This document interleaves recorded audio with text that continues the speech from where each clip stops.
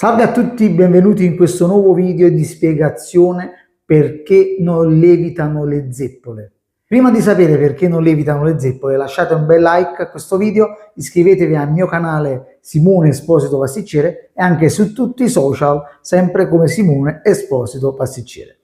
Adesso, perché non lievitano le zeppole quando le andiamo a infornare e quando le andiamo a cuocere? Diciamo che sono due motivi perché non lievitano le zeppole nel forno. Punto primo, le zeppole non lievitano per colpa dell'impasto perché all'interno abbiamo inserito troppa farina e meno uova. Se noi in una ricetta inseriamo le uova che occorrono con impasto, diciamo, bilanciato bene, come vi dico sempre io, per un 100 grammi di farina, 80 grammi di burro e diciamo 2 uova,5, 2 uova e mezza troppo intere.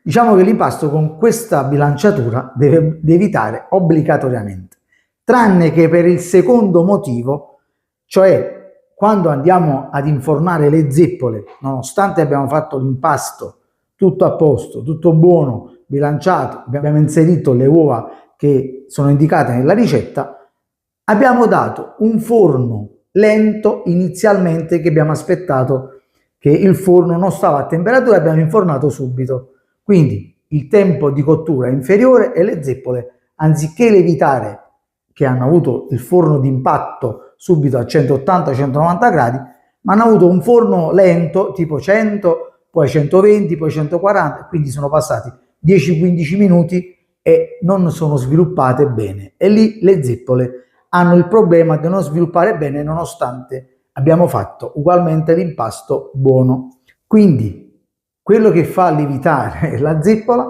all'interno, ovviamente dopo la bilanciatura della ricetta, sono le uova, perché le uova in questo caso fanno fisicamente lievitare la bilanciatura della ricetta delle zeppole, giustamente, sono lievitante, cioè lievitano fisicamente, senza l'aiuto di lievito naturale e lievito chimico all'interno. Quindi un caso eccezionale è che quando mettiamo le uova ad impasto freddo, diciamo non a impasto caldo come vi indico sempre io nelle ricette, e ne mettete tutte le uova all'interno e l'impasto è molto molle, le zeppole là lievitano sempre, ma non in altezza, ma lievitano in larghezza, perché non hanno la forza di lievitare in altezza in quanto l'impasto è molto molle. Spero che queste indicazioni vi siano state utili, ci vediamo alla prossima ricetta. Ciao!